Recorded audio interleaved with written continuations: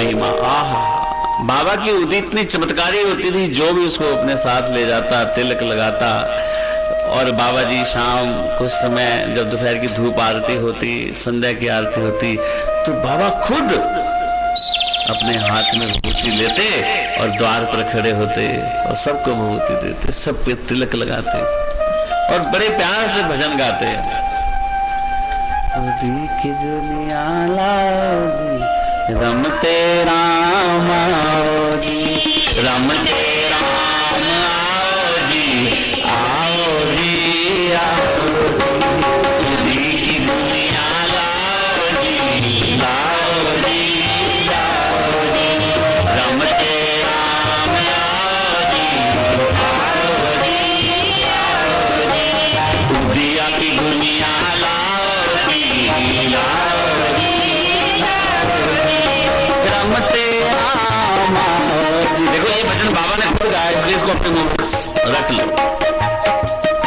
कैसे जिस दिन आप दुख में होंगे, कष्ट में, बुखार होगा ना, आप उदी की दुनिया लेके विभूति लेके ऐसा तिलक लगा लेना और बाबा का ये भजन गाना, रमते राम आओ जी, आओ जी आओ जी, रमते राम आओ जी, आओ जी आओ जी, दुनिया की दुनिया लाओ जी, लाओ जी आओ जी, दुनिया की दुनिया लाओ जी, लाओ जी आओ जी, रमते राम आओ जी, आओ जी आओ जी, दुनिया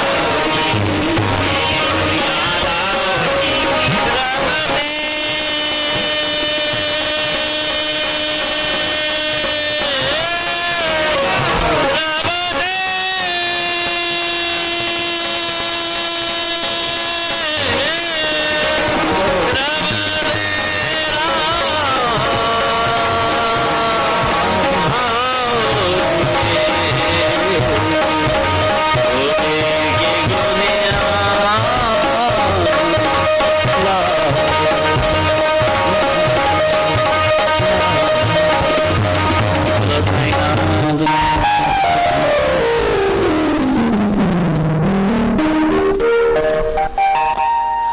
बाबा सबके मस्तक पर तिलक लगाते, सबको लगा,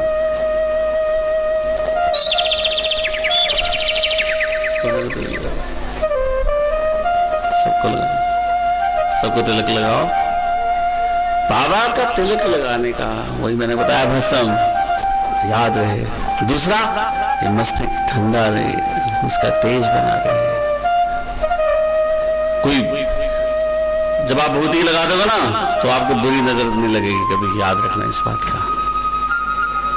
अगर बुरी नजर से अपने आप को बचाना है, बच्चे को बचाना है, पति को बचाना है, घर को बचाना है, तो छिड़काव दे दो पानी में। शरीर स्वस्थ रखना है तो पानी में डालकर पी लो।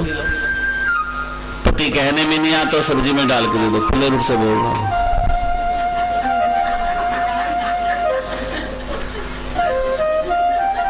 अजमा के देखना, फिर मेरे को मंदिर में आके बताना। पर सीधे साधे भाइयों को नहीं, जो बेचारे सब पहले से ही मानते हो, उनको और कर दो थोड़ा सा। शराब छुड़ाने तक के काम किया है, शराब छुड़ाने का, नशा छुड़ाने का भी इस विभूति ने काम किया है। वो क्यों, क्या, कैसे किया है? क्योंकि जब ब्रह्म तत्व की मिली हुई है विभूति, आप भगवान का प्रसाद समझकर पियोगे, पिलाओगे, तो उसमें ब्रह्म तत्व का ज्ञान उत्पन्न हो जाएगा। उसकी जो इंद्रियां हैं विषायुक्त की, उसको छोड़ देंगी। यही तो है छोड़ने का काम। स्पेशल इंजेक्शन होना कोई आज तक बना साइंस में कि शराब छुड़ा दे कोई? हर चीज का इंजेक्शन बन सकता है, लेकिन इस चीज का इंजेक्शन नहीं बन सकता कि कोई किसी की नेचर को बदल सके, कोई किसी के स्वभाव को बदल सके, कोई किसी की आदत को। मैं गढ़वाल का क्षत्रिय वंशी राजपूत हूँ, आप बैठ कट्ठे मिलके खाते हैं। पूरे साईं चरित्र में एक जगह गढ़वाल का वर्णन किया है बाबा ने, अपने आप को गढ़वाल का बताया है।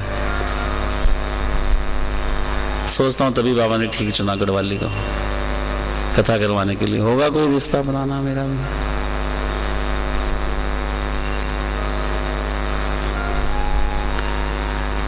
मैं गढ़वाल का क्षत्रिय वंशी राजपूत। अच्छा, फिर दोनों ने नाश्ता किया। जैसे ही जामनेर पहुंचे तो थोड़ी दूर जैसे घर नजदीक आना था, उस भगत को लघु शंका हुई। जैसे वो लघु शंका के लगे गया और वापस आया तो देखा ना टांगा ना टांगे वाला। अरे कहाँ चले गया? खैर वो तहसील में गया, पता किया नाना साहब के घर का। घर पहुंचा, जैसे घर पहुंचा तो नाना साहब बेचारे टहल रहे थे, परेशान थे बेटी की प्रसव पीड़ा से, कभी इधर कभी उधर जा रहे। तो दालान में जब वो टहल रहे थे, इतने में भगत आ जाता है शिरडी। मैं शिरडी से आया हूँ और बाबा ने इसको, अब वो पूछता नहीं है। देखो, जिसको दुख होता है ना, आप कभी अस्पताल में चल जाओ, आपका कोई बीमार हो व्यक्ति, आप परेशान हो, कोई आपकी सहायता करने आ जाए तो आप उसे पूछोगे तो ना पहले कौन है, कहां से आया, किसने भेजा, अच्छा चलाओ पहले। बाबा ने, अरे उठी तो उसके लिए रामबाण हो गई, औषधि बाण हो गई। नाना साहब को मालूम था बाबा की, लेकिन उदी उस टाइम घर पे नहीं थी उनके। बाबा ने उदी भेजी है और ये आरती भेजी है। नाना साहब फटाफट अपनी पत्नी को कहते हैं, लो भाई इसको भभूति दो, बिटिया को भभूति खिलाओ।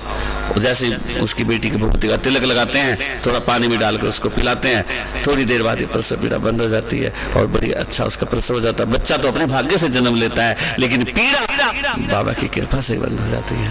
बोलो साईनाथ महाराज।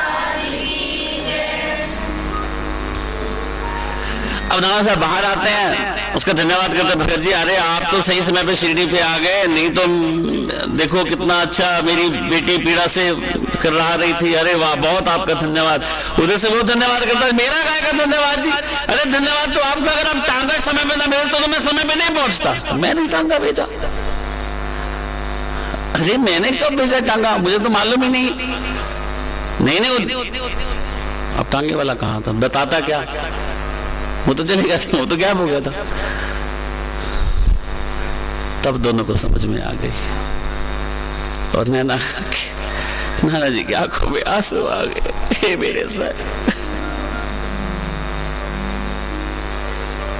तू कितना दयाल है मेरे साथ। तुझे मैंने दुख में याद किया और तूने सहायता के लिए भेजा। बाबा के चित्र के आगे रुदन करने, रोने लगा और धन्यवाद करने लगा, कोटि कोटि प्रणाम करने लगा कि हे मेरे साईं, तो कितना दयाल।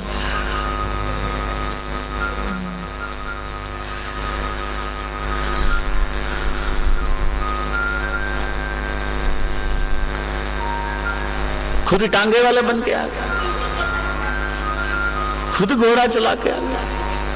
वाह, क्या रूप है तेरे साईं। इसलिए साईं जब अपने भक्तों को सहायता पहुंचाता है तो खुद चाहता है, कुछ ना कुछ रूप बदल के जाता है। एक बार मस्जिद में एक भगत ने बाबा से कहा, रे साईं आप तो बड़े छलिया हो, आप बहुत भेदभाव करते हो बाबा। बाबा कहते, अरे भाई क्या हुआ, क्या बात हुई? अरे बाबा इतने लोग, इतने भगत तेरे दरबार में आते हैं, मस्जिद में आते हैं, एक जैसा तुझे नारियल चढ़ाते हैं, भेंट चढ़ाते हैं, फल लाते हैं, फिर ऐसा क्यों होता है साईं कि कोई कोई हंसता जाता है, बाकी रोते जाते हैं?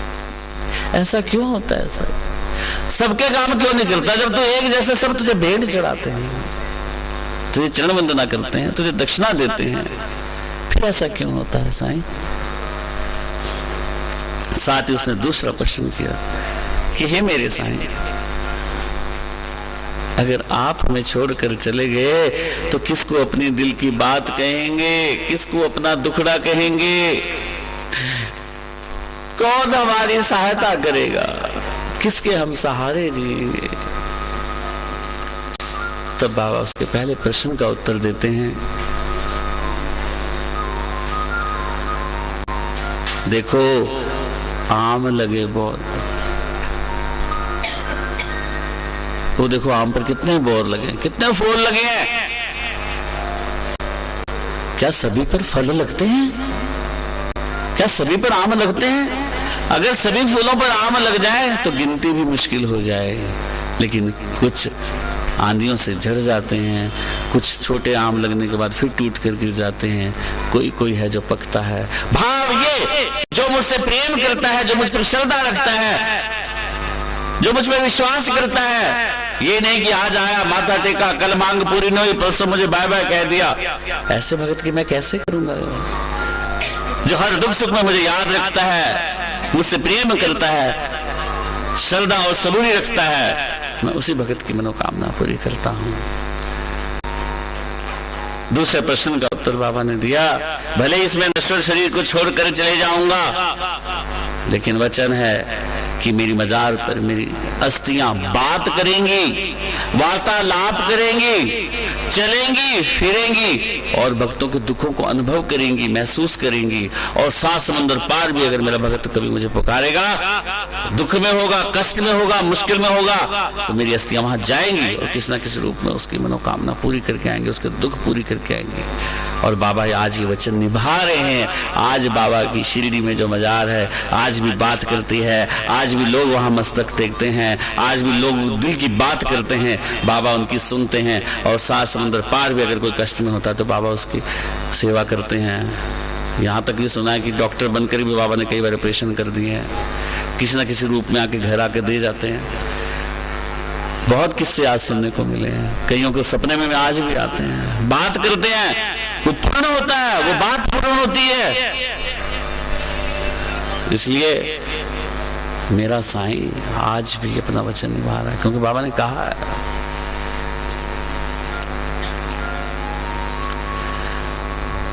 बोलो साईं नाथ महाराज।